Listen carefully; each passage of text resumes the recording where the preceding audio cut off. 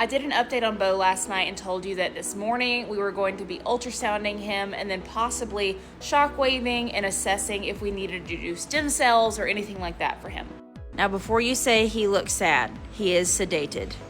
So we did clip his leg. We'll end up putting wraps on him so he won't get cold or nothing. But to use the ultrasound, his hair's a little too thick for him. And a lot of people were asking me, and so I really have neglected to say this, he does have Cushing's. And Cushing's can lead to issues with that soft tissue, with those tendons, the suspensory. And that's kind of what we suspect he's having issues with, and that digital deep flexor tendon. We're also hoping that we're gonna raise the block a bit today to hopefully give him some relief, because he really didn't seem like he settled in last night like we had hoped. The block meaning kind of like giving him a sense of numbing to hopefully give him some relief.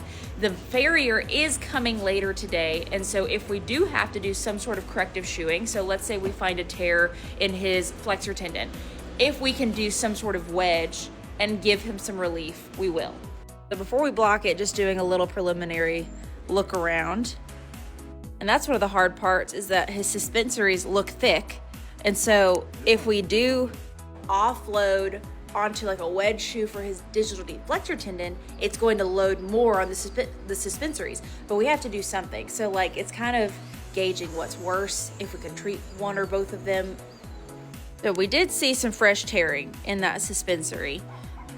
So right there you can see he has parts of his suspensories that look fine, but it's starting to really look torn right there. So now he's looking at his digital deep flexor tendon, and we're thinking that might be the most significant issue. He was saying this on the left is normal looking, and then over here on the right, it's all I see. modeled and irregular. So before we shock waved him, we were just testing out this boot before we permanently like put a wedge shoe on him. And because he has a tear in his both suspensory and digital deep flexor tendon, what we're gonna have to do is go with what's most painful first, because he's loading this right leg and he's gonna deteriorate that way if we don't get some weight off of it. So we have to give immediate relief, but then we also have to help support those suspensories and treat them, hopefully.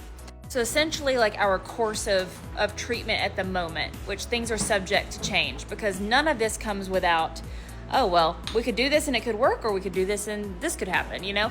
So we are going to shockwave him, which should give some immediate relief and also have healing therapy properties.